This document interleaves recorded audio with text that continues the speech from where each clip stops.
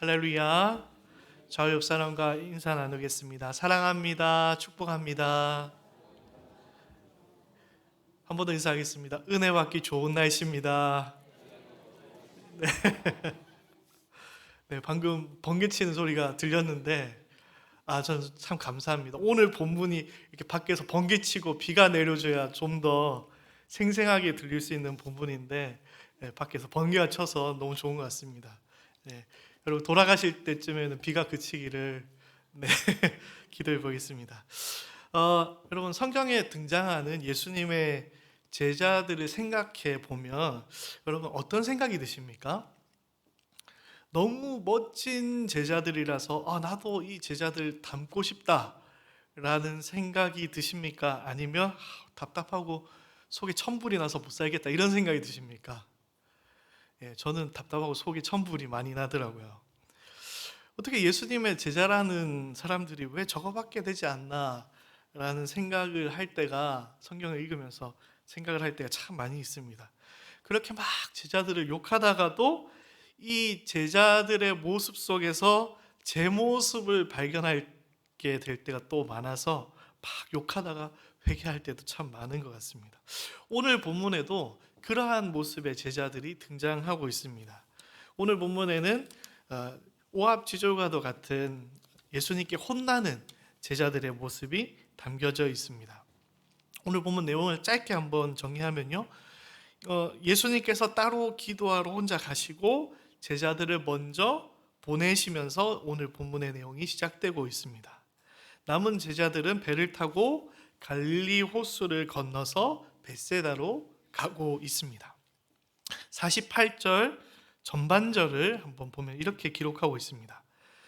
벳세다로 가고 있는데 어떤 일이 일어났습니까? 바람이 거스름으로 제자들이 힘겹게 노젓는 것을 보시고 라고 기록하고 있습니다. 바다에서 배를 타고 가고 있었는데 바람이 거세게 부는 것입니다. 여러분, 제자들의 직업이 뭐였죠? 대부분의 제자들의 직업은 어부였습니다. 어부니까 배를 모는 데는 누구보다도 능숙한 사람들이었는데 그러한 그들이 앞으로 나아가지 못할 만큼 크고 강한 바람이 불었던 것입니다. 제자들은 지금 고러한 어려운 상태, 고난 가운데 놓이게 되었습니다. 그런데요, 성경을 읽어보면, 마가복음을 읽어보면 제자들이 이렇게 바람 때문에 고난을 겪게 된 것은 오늘 본문이 처음이 아닙니다. 이미 비슷한 경험을 앞장에서 했습니다. 앞에 있는 마가복음 4장 35절부터 41절 한번 넘겨서 같이 한번 찾아보도록 하겠습니다. 마가복음 4장 35절부터 41절까지.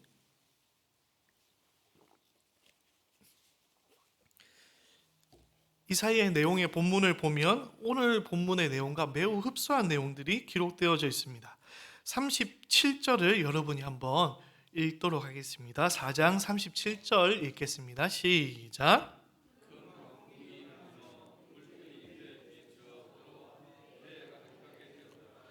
네, 제자들이 배에 타고 있는데 큰 광풍이 몰려와서 물이 배에 들어오게 된 그런 상황을 기록하고 있습니다.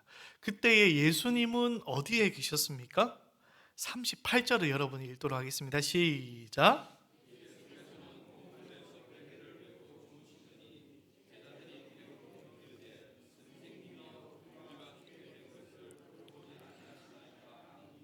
네, 예수님께서는 어디에 계셨습니까? 고물에 계셨다라고 얘기하고 있습니다. 예수님은 그러니까 배에는 계셨지만 제자들 곁에 계시지는 않았습니다. 예수님께서 왜 그렇게 환난 당하고 있는 제자들 곁에 계시지 않았습니까? 예수님이 숙면하셔서 그렇습니까? 저는 배를 많이 타본 경험이 있는데요, 큰 파도가 일면 배에서 숙면할 수가 없습니다. 속이 울려서, 아니면 중심을 잡을 수 없어서 배에서 숙면할 수는 없습니다. 그런데 예수님께서는 일부러 제 생각에는 제자들과 지금 떨어져 계신 것이죠. 어떻게 감히 예수님께서 배에 타고 계시는데 예수님이 타고 계신 배에 바람이 일 수가 있습니까? 어떻게 감히 파도가 일 수 있습니까? 예수님이 계시면 잠잠해야 되는 건 아닙니까? 그런데 예수님이 타고 계신 그 배, 그리고 그 바다 가운데에 지금 광풍이 일고 있습니다. 이것은 예수님께서 일부러 제자들에게 이러한 상황을 겪게 하신 것이다 라고 저는 생각되어집니다. 정리하면요, 예수님과 떨어져서 예수님이 없는 상황에서 제자들이 고난을 겪도록 예수님께서 하셨다라는 것입니다. 왜 예수님께서 그렇게 하셨을까요? 왜 예수님께서 그렇게 하셨습니까? 왜냐하면 이것이 앞으로 제자들이 겪어야 될 일이기 때문에입니다. 예수님이 나중에 승천하신 이후에 제자들은 이 땅에 남게 되고 그들에게는 무엇이 기다리고 있습니까? 그들에게는 고난이라는 것이 기다리고 있습니다. 그 고난 가운데 제자들이 넘어지지 않고 승리하여야만 하기 때문에 예수님께서는 그 날을 위해서 오늘 제자들과 함께 예행 연습을 하고 계신 것이죠. 이것을 오늘날 말로 하면 뭐라고 할 수 있냐면 제자 훈련이라고 할 수 있을 것입니다. 예수님께서는 지금 제자 훈련하고 계신 거예요. 제자들을 데리고. 이 훈련을 통해서 제자들이 배워야 되는 것은요, 결론적으로 얘기하면 크게 세 가지를 배워야만 했습니다. 첫 번째로 예수님의 승천하신 이후에 남은 제자들에게는 무엇이 있다고요? 고난이 있다라는 것을 배워야만 했습니다. 두 번째로 제자들이 무엇을 배워야 됐냐면 제자들의 힘만으로는 아무리 노력해도 이것을 이길 수 있습니까? 없습니까? 없습니다. 이길 수 없다라는 것을 깨달아야만 했습니다. 마지막으로 세 번째로 무엇을 알아야 했을까요? 제자들의 힘으로는 이길 수 없지만 그러나 주님이 함께 하시면 승리한다 라는 것을 미리 훈련을 통하여 알게 하셨습니다. 이 첫 번째 제자 훈련을 통하여서 예수님께서 이 제자들에게 가르쳐 주셨습니다. 그리고 나서 오늘 본문은 이 제자 훈련의 몇 번째 시간일까요? 두 번째 시간인 거죠. 네. 오늘날 우리 성광교회를 얘기하면 복음만이 마치면 뭘 해야 됩니까? 확신만을 하고 있는 것입니다. 네. 오늘 본문은 4장 35절부터 41절까지의 나왔던 이 내용, 이 훈련의 반복, 복습 훈련의 내용입니다. 마가복음 4장의 내용과 마찬가지로 오늘 본문으로 돌아가세요. 오늘 본문에 예수님과 제자들은 어떻게 되어 있냐면 떨어져 있습니다. 그리고 제자들은 바람으로 인하여서 고난을 당하고 있습니다. 이때 어떻게 되었습니까? 제자들이 어떻게 되었습니까? 오늘 본문으로 돌아오셨어요. 51절을 한번 보도록 하겠습니다. 51절을 여러분이 한번 읽도록 하겠습니다. 51절 읽겠습니다. 시작.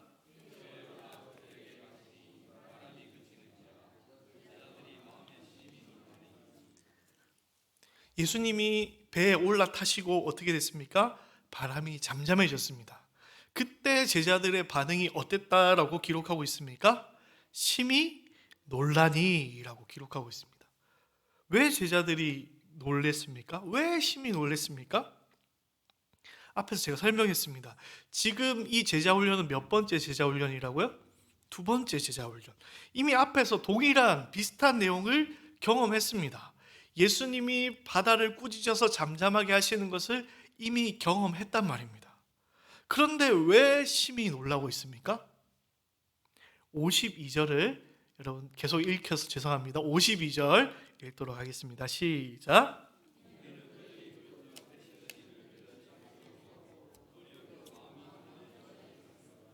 네, 이유에 대해서 52절에 기록하고 있는데요. 그 떡 떼시던 일을 깨닫지 못하고 도리어 그 마음이 둔하여졌다라고 이야기하고 있습니다. 이 바로 직전에 있었던 사건은 어떤 사건이냐면 바로 오병이어의 사건이었습니다. 오병이어의 놀라운 사건을 바로 직전에 경험했는데 그들이 그러나 이것을 깨닫지 못했다. 도리어 그 마음이 둔하여졌다라고 성경이 이야기하고 있습니다. 원문의 이 둔하여졌다라는 뜻은요, 무슨 의미를 담고 있냐면 이들이 돌과 같아서 아무리 가르쳐도 깨닫지 못하는 상태다 라는 것을 이야기하고 있습니다. 제자들은 무엇과 같은 상태라고요? 돌과 같은 상태. 그들의 마음도 그들의 머리도 다 뭐와 같은 상태라고요? 돌과 같은 상태. 좀 심하게 얘기하면 돌머리 뭐 이런 뜻인 거죠. 네. 바로 직전에 일어난 오병이어의 사건도 지금 깨닫지 못하는데 그 앞에 일어났던 제자 훈련의 상황을 기억할 수 있을까요? 없을까요? 기억할 수 있을까요? 없을까요? 기억할 수 없었죠. 그래서 지금 심히 놀라고 있는 겁니다. 이미 앞에서 한번 경험했지만 심히 놀라고 있는 것입니다. 그래서 이것을 바라보면서 저는 또 오늘 본문을 바라보면서 이런 돌머리 제자들 막 이렇게 욕을 하고 싶은데 깊이 묵상하면 묵상할수록 그 돌머리가 누구인 것 같습니까? 저인 것 같은 거예요. 이전에 은혜 받았던 거 다 까먹고 지난주 주일에 들었던 말씀 은혜 받았는데 분명히 은혜 받았는데 다 까먹고 계속해서 까먹는 돌머리 같은 모습이 나의 모습이구나 라는 것을 바라보게 되었습니다. 제자들은 돌과 같아서 앞에서 일어났던 놀라운 일들을 깨닫지 못하고 또 다 까먹어 버려가지고 연약한 모습으로 지금 이 제자훈련, 두 번째 제자훈련에 임하고 있는 것입니다. 이러한 제자들을 예수님께서는 미리 아시고 무엇하고 있냐면 복습훈련하고 계신 것입니다. 앞에 일을 이미 다 까먹어 버렸기 때문에 예수님께서 복습해서 다시 한번 제자훈련하고 있는 것입니다. 여러분, 우리도 뭐 해야 됩니까? 복습해야 됩니다. 뭐 해야 된다고요? 복습. 네, 신앙의 훈련을 우리는 어떻게 해야 되냐면 자꾸 받으셔야 됩니다. 지난주에 양육훈련 수료식을 했죠. 그래서 지금 이제 마음이 평안하신 분들이 많이 계시는데, 그러나 여러분 뭐 하셔야 됩니까? 복습하셔야 됩니다. 내년에 또 양육훈련 신청하셔야 됩니다. 우리의 모습은 무엇과 같다고요? 돌과 같아서 계속해서 까먹어버리는 존재인 거죠. 오병이어, 바다가 잠잠해지는 사건 얼마나 큰 일입니까? 그런데도 이들이 까먹고 있다라고 성경이 이야기하고 있는 것이죠. 어떻게 제자들이 이럴 수 있지? 어떻게 기억력이 이렇게 안 좋을 수 있지? 라고 여러분 혹시나 생각할 수 있을 것 같아요. 그래서 저도 막 고민을 해봤는데요. 우리가 깊이 생각해 보면 우리 실생활에서 우리가 생각보다 잘 까먹습니다. 사람이 긴장하거나 무언가 정신없는 상황이 오게 되면 생각보다 사람들은 잘 까먹습니다. 지금 제자들이 하고 있는 이 제자 훈련은요, 어떤 상황이 설정되어져 있냐면 고난이라는 상황이 설정되어져 있습니다. 고난 가운데 받는 훈련입니다. 여러분, 고난을 받으면 우리는 당황하게 됩니다. 우리가 긴장하게 되고 정신없게 되는 것이죠. 여러분, 혹시 배를 많이 타보셨습니까? 제가 여러 번 말씀드렸는데 저는 학창시절에 낙도선교회에서 활동을 오래 했기 때문에 다른 분들보다는 배를 탈 기회가 참 많았습니다. 근데 여러 가지 배를 타봤는데 특별한 배를 탔던 기억이 있습니다. 어떤 배냐면 요즘에 바다로 나가는 배, 일반적인 배라고 하면은 배에는 뭐가 달려 있냐면 모터가 달려 있습니다. 배에는 모터가 달려 있어서 그 모터의 힘으로 배들이 다 바다를 가로질러 가는 거죠. 그런데 제가 특별한 배를 탔는데 바다를 건너야 되는데 모터가 없는 배를 타고 바다를 건넌 적이 있습니다. 보통은 이제 큰 배 이런 걸 타고 어느 섬에 들어가서 작은 배를 빌려가지고, 사선이라 그러죠. 빌려가지고 그 섬에 들어가야 되는데 저희가 이제 그 섬에 들어가는 것을 반대하는 주민들이 많았기 때문에 배를 빌릴 수가 없었어요. 그래서 구할 수 있는 배가 딱 한 대 있었는데 그것이 바로 모터가 없는 배. 네. 정말 작은 배였습니다. 모양이 카누처럼 아주 좁은 한열로 생긴 그런 배. 근데 긴 장대로 노를 저어서, 노가 있는 게 아니라 긴 장대로 노를 저어서 바다를 건너가야 되는 그런 상황에 제가 처해져 있었습니다. 물론 그 섬과 섬 사이는 뭐 100m, 뭐 많이 잡아서 200m 이 정도밖에 되지 않는 거리였지만 그 모터가 없는 배를 타고 바다를 건너는 건요, 정말 정말 무서운 그런 일이었습니다. 그 배를 할아버지가 이제 모셨는데요. 저희가 좀 짐이 많았습니다. 뭐 생수도 가져가야 되고 가져갈 것들 많았기 때문에 짐을 배에 실었는데요. 배가 이미 반쯤 잠겼어요. 사람 안 타고 짐만 실었는데 배가 이미 반쯤 잠겼습니다. 그리고 나서 사람들이 탔습니다. 조금 이렇게 은어를 쓰자면 정말 배가 이빠이 잠겼습니다. 배 바로 옆에 바다입니다. 바다. 물이 막 찰랑찰랑 거리고 있습니다. 근데 이제 출발을 했어요. 천천히 출발했습니다. 근데 파도가 출발할 때보다 점점 세지는 거예요. 그래서 이 안 그래도 간당간당한데 뱃속에 물이 들어오기 시작한 겁니다. 나무로 만든 배였거든요.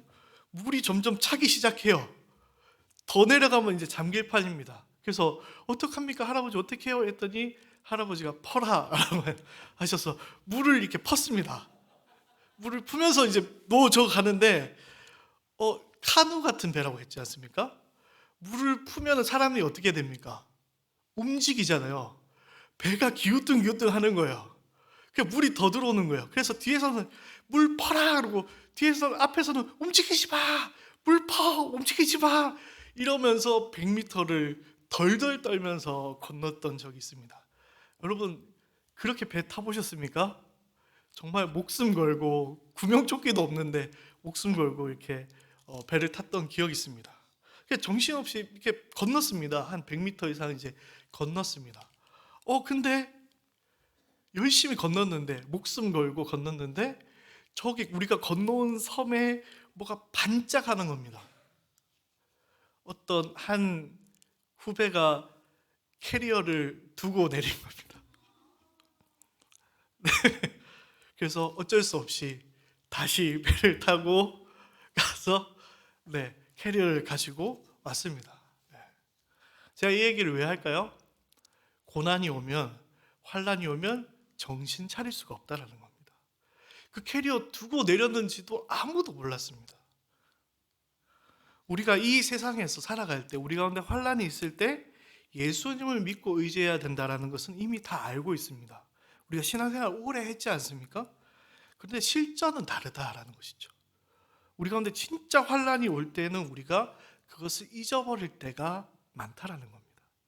우리가 멍청해서가 아니라, 우리가 그 내용을 몰라서가 아니라 환난이 너무 오다 보면 우리가 진짜 붙잡아야 될 것들을 까먹고 살아갈 때가 참 많이 있다라는 것이죠. 그렇기 때문에 우리는 뭐 해야 됩니까? 계속해서 반복해서 훈련해야 된다는 것입니다. 예수님은 제자들에게 반복해서 훈련할 수 있도록 반복적으로 똑같은 상황을 만들어내시면서 반복적으로 훈련을 하고 있습니다. 여러분 신앙을 자신하지 마시고 반복적으로 끊임없이 경건의 훈련에 힘쓰는 우리 성도님 되시기를 간절히 소망합니다. 두 번째로 오늘 본문의 제자 훈련은요, 이제 복습에서 한 걸음 더 나아가고 있습니다. 오늘 본문의 상황을 좀 더 살펴보면요, 마가복음 4장의 내용과는 조금 다른 것들이 있습니다. 무엇이 다르냐면, 첫 번째로 예수님께서 4장보다 더 멀리 떨어져 계셨다라는 것입니다. 마가복음 4장에서는 예수님이 어디에 계셨습니까? 다시 4장으로 넘어가 보셨어요? 4장 38절에 우리가 앞에서 이미 읽었습니다. 4장 38절에 예수께서는 고물에서 베개를 베고 주무시더니 라고 기록하고 있습니다. 4장에서는 어디 계셨다고요? 고물에 계셨다고. 여러분 고물이라는 표현은 저희가 잘 안 쓰니까 잘 모를 텐데요. 조인식 목사님은 아마 잘 아실 것 같은데, 배의 뱃머리를 이물이라고 합니다. 앞쪽을 이물이라고 하고 배의 뒤쪽, 꼬리 쪽을 고물이라고 합니다. 여러분 배를 한번 상상해 보세요. 배가 이렇게 있으면 배가 이렇게 평평하게 있지 않고 어디가 더 깔아앉아 있을까요? 뒤쪽이 더 깔아앉아 있죠. 그러면 노는 어디서 저을까요? 당연히 뒤쪽에서 노를 젓게 되어 있습니다. 그러니까 제자들이 바람과 막 싸우면서 노를 젓고 있는데 예수님은 어디에 계셨을까요? 뒤쪽에. 그러니까 제자들이 막 씨름하고 고생하고 있는 바로 곁에 누가 계셨습니까? 예수님이 계셨다라는 것이죠. 저기 배 머리에 계신 게 아니라 배 뒤에, 꼬리에 예수님께서 계셨습니다. 그러니까 예수님께서는 고통당하고 있는 제자의 가까운 곳에 계셨다라는 것입니다. 그래서 제자들이 깨워서 도와달라고 할 수 있었던 거죠. 그런데 오늘 본문 마가복음 6장에는 예수님이 어디에 계십니까? 예수님은 아예 멀리, 아니요, 저 배 밖에 저 산 속에 예수님이 계신다라고 이야기하고 있습니다. 첫 번째 훈련과 달리 두 번째 훈련에서는 예수님께서는 제자들과 완전히 떨어져 계셨습니다. 첫 번째 훈련에서는 그래서 예수님께 도와달라고 할 수 있었지만 두 번째 훈련의 상황에서는 예수님께 도움을 요청할 수가 애초에 없는 상황이었죠. 우리가 첫 번째 훈련에서 제자들이 배워야 했던 것을 다시 한 번 더 반복해서 제가 이야기해 보도록 하겠습니다. 첫 번째 훈련에서 제자들이 무엇을 배워야 했는가? 첫 번째, 예수님이 떠나신 이후에 남은 제자들에게는 뭐가 있다고요? 고난이 있다. 두 번째로, 이 고난은 제자들의 힘만으로는 이길 수 없다. 세 번째, 그러면 이것을 이기려면 어떻게 해야 되느냐? 주님이 함께 하셔야 된다라는 것이었습니다. 그런데 이 두 번째 훈련에서 제자들은 새로운 질문, 새로운 벽에 부딪히게 됩니다. 고난을 이길 수 있는 방법이 뭐라고요? 주님께서 함께 하셔야 그 고난을 이길 수 있다라고 했습니다. 그런데 마가복음 6장에서 문제는 무엇입니까? 지금 예수님과 제자들이 멀리 떨어져 있다라는 것입니다. 예수님이 멀리 떨어져 계실 때는 어떻게 해야 됩니까? 이것이 오늘 본문의 실전 문제인 것이죠. 제자들이 앞으로 받게 될 고난은 예수님께서 승천하신 이후에 받게 되는 고난입니다. 그러면 예수님과 떨어져 있는 제자들은 이 고난을 어떻게 이길 수 있습니까? 오늘날 우리는 어떻습니까? 예수님이 여기 계시지 않잖아요. 우리 가운데 있는 고난, 우리가 어떻게 이길 수 있습니까? 예수님이 함께 하셔야 우리가 이 고난을 이길 수 있는데 예수님은 하늘 보좌 우편에 계시잖아요. 우리는 어떻게 이 고난을 이길 수 있습니까? 라고 오늘 본문을 통하여서 우리는 질문해 봐야 된다는 것이죠.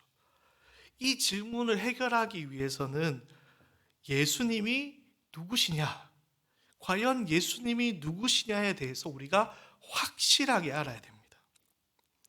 첫 번째 훈련에서 제자들에게 고난이 있다, 그리고 고난은 나의 힘으로 극복할 수 없다, 주님이 함께 하셔야만 이길 수 있다라는 것을 이미 경험하고 배웠습니다.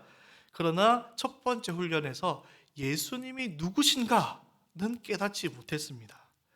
4장 41절, 앞으로 넘어가서요. 4장 41절에 보면 이렇게 이야기하고 있습니다.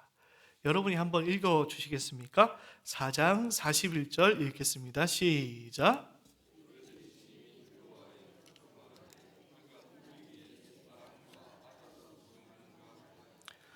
네, 4장에 보면 제자들이 예수님이 누구시다라고 얘기하지 않고 누구이기에? 라고 질문하고 있습니다. 놀라우신 분인 건 알겠는데, 대단하신 건 알겠는데 예수님이 누구신가에 대해서 아무도 답을 내리지 못하였다라는 것입니다. 그런데 오늘 본문에서는 이것에 대한 답을 예수님께서 직접 제자들에게 알려주고 계십니다. 오늘 본문 6장 50절을 제가 읽도록 하겠습니다. 함께 보겠습니다. 6장 50절입니다. 그들이 다 예수를 보고 놀람이라. 이에 예수께서 곧 그들에게 말씀하여 이르시되 안심하라, 내니 두려워하지 말라 하시고. 50절 말씀에 예수님께서 제자들에게 내니라고, 나다라고 이야기하고 있습니다. 그런데 이 내니, 나다라는 이 표현은 원어 성경에 보면 에고 에이미라고 적혀져 있습니다. 자신을 가리켜서 에고 에이미라고 하는 표현은요, 일반적인 표현이 아닙니다. 뜻 그대로 번역하면요, 나는 나이다 라는 뜻입니다. 나는 나이다 라는 뜻으로 자기를 얘기하는 사람 잘 없지 않습니까? 이것은 강조되어 있는 그런 언어인데, 이것은 에고 에이미는 구약에 보면 하나님께서 모세에게 하나님이 어떠한 분이신가를 얘기했을 때 사용된 말입니다. 하나님께서 모세에게 무엇이라고 얘기했습니까? 나는 스스로 있는 자니라 라고 이야기하셨죠. 그리고 나서 바로 그 뒷구절에 나는 여호와다 라고 이야기하고 있습니다. 그러니까 스스로 있는 자라는 이 표현은 누구에게 쓰는 표현입니까? 하나님, 여호와께 쓰는 표현이죠. 그러니까 예수님께서 제자들에게 에고 에이미라고 이야기하고 있는 것은 그냥 단순히 나야 라고 이야기하고 있는 것이 아니라 나는 하나님이야 라고 이야기하고 계신 것입니다. 그러니까 예수님의 신성을 드러낸 표현이 바로 에고 에이미라는 표현, 네니라는 표현입니다. 이전에 제자들에게 예수님은 위대한 선지자 또는 메시아였을 수 있습니다. 그런데 이 모든 것은 예수님이 사람이다라는 것을 전제합니다. 예수님 대단한 사람이니까 내가 제자로 따라야지 라는 것이 제자들의 생각이었습니다. 근데 오늘 본문에서 이 훈련을 통해서 예수님께서는 제자들에게 이야기하고 있습니다. 나는 누구인가? 예수님은 누구인가? 천지를 창조하시고 다스리시는 참 하나님이다 라고 예수님께서 제자들에게 예수님이 누구신지 직접 알려주고 계신 것입니다. 여러분, 예수님은 누구십니까? 예수님은 참 하나님이시면서 동시에 참 사람이신 줄 믿습니다. 그분이 우리가 믿고 있는 예수님입니다. 이것은 무엇을 의미합니까? 조금 어려울 수 있는데요, 한번 잘 집중해서 들어보시기 바랍니다. 예수님은 지금 어디에 계십니까?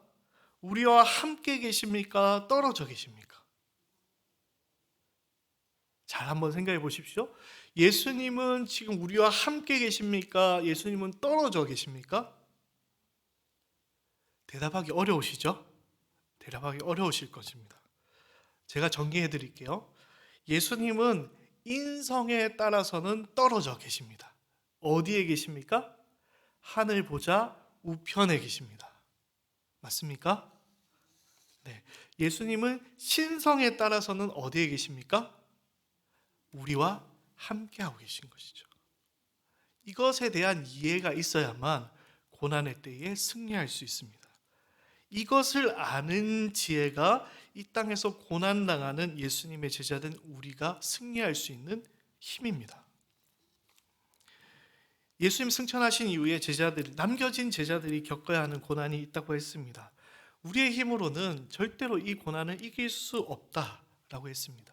능력 되시는 예수님께서, 주님께서 우리와 함께 하시지 않고는 우리가 승리할 수 없다고 했습니다. 그런데 지금 아무리 눈을 뜨고 눈을 씻고 찾아봐도 예수님이 주변에 계시지 않는 것 같은데, 특히 내가 고난을 받을 그때에는 더욱더 내 주변에 하나님이 계시지 않는 것 같은데, 예수님이 계시지 않는 것 같은데 우리가 어떻게 고난을 이길 수 있습니까? 이러한 질문 가운데 우리가 환난을 이길 수 있는, 승리할 수 있는 이유는 무엇입니까?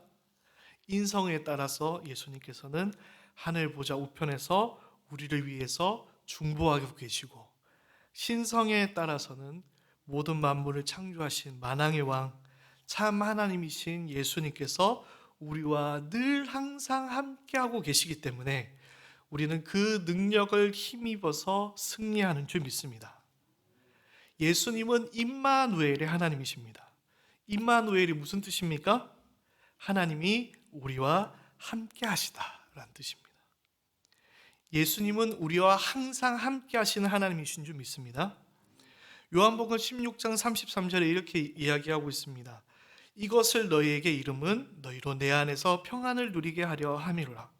세상에서는 너희가 환난을 당하나 담대하라. 내가 세상을 이기었노라 하시니라.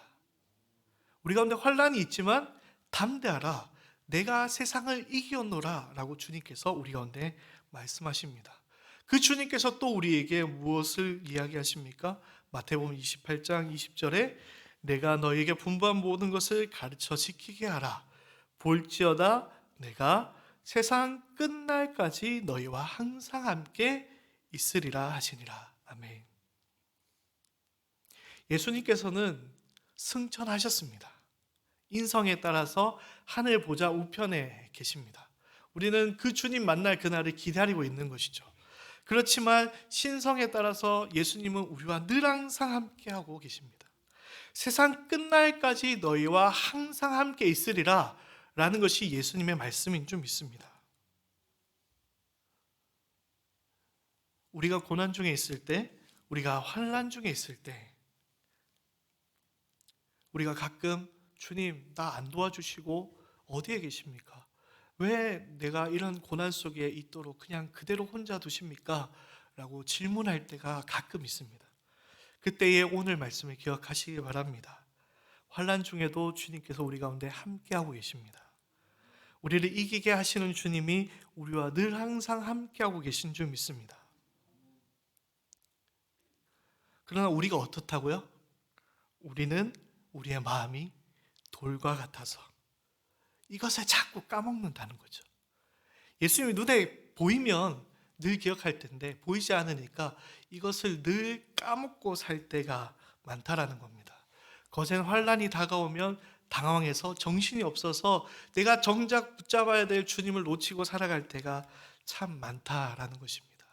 그렇기 때문에 우리는 깨어 경건의 훈련의 힘쓰므로 말미암아서 우리 가운데 늘 항상 함께하고 계시는 그 주님을 늘 붙잡을 수 있어야만 하겠습니다. 이 훈련이 끝나고 난 뒤에 오늘 본문 마지막 절에 보면 이렇게 기록하고 있습니다.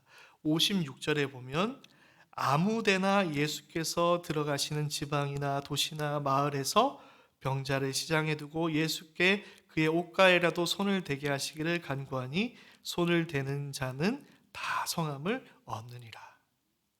아무데나 어디에서나 예수의 능력이 일어남을 기록하고 있습니다. 예수님께서 우리 가운데 늘 항상 함께하고 계시기 때문에 여러분이 교회 안에 있을 때나 세상 속에 있을 때나 환난 속에 있을 그때에도 우리는 승리하는 줄 믿습니다. 그 주님을 바라보며 나아가시는 우리 모든 성도님들 되시기를 간절히 축복합니다.